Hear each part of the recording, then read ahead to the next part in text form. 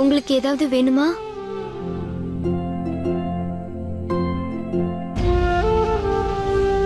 நீங்க ப்ளீஸ் உட்காருங்க. என்னோட பேர் பவி, ரவி அண்ணாவோட கசின்.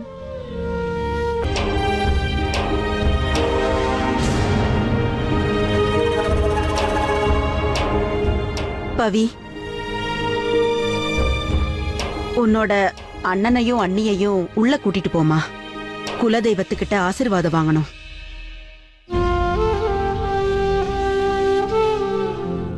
சரி அண்ணி, வாங்க.